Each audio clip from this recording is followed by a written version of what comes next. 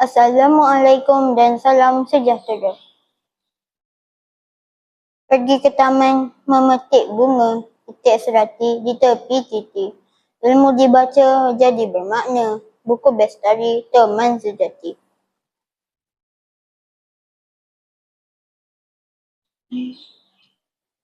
Nama saya Muhammad Muaz Muayyad bin Salih dari kelas 5 Al-Fazili.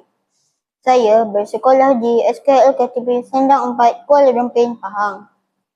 Sihatkah kawan-kawan? Saya berharap kawan-kawan sentiasa sihat dan menjadikan bahan bacaan utama dalam kehidupan.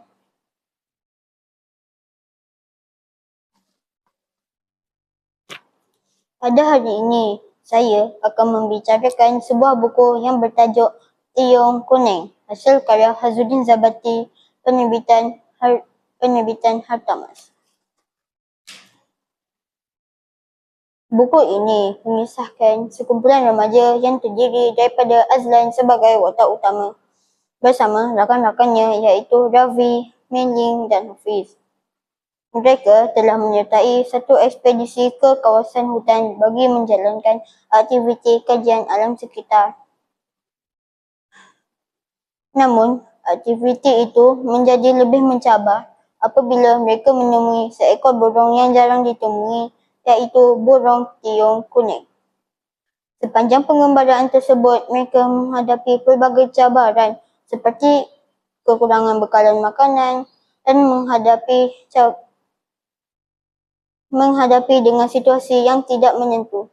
Dalam masa yang sama, mereka juga berusaha untuk melindungi tiong kuning daripada ancaman pemburu haram yang ingin menangkap burung tersebut untuk tujuan keuntungan. Azlan sebagai ketua menunjukkan sifat kepimpinan yang baik apabila berjaya mengatur strategi untuk menyelamatkan burung tersebut. Rakan-rakannya pula sentiasa memberikan kerjasama dan sokongan dalam menghadapi setiap dugaan.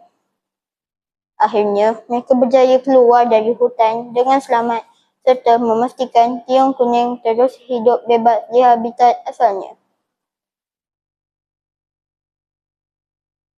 Antara nilai-nilai murni yang terdapat dalam buku ini ialah nilai kerjasama, keberanian, kasih sayang terhadap alam sekitar, tanggungjawab, kepimpinan dan semangat setia kawan.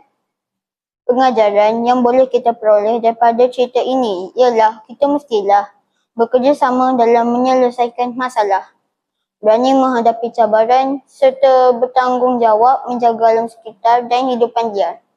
Selain itu, kita juga perlu menghargai persahabatan dan sentiasa membantu rakan dalam kesusahan. Cerita ini turut mengajar kita bahawa keazaman dan usaha yang gigih akan membawa kepada kejayaan. Kesimpulannya, buku Tiong Kuning merupakan sebuah karya yang menarik dan penuh pengajaran. Ia bukan sahaja menghiburkan, malah mendidik kita supaya lebih menghargai alam sekitar dan bekerjasama dalam kehidupan seharian. Pergi ke desa membeli rotan, rotan dianyam menjadi raga.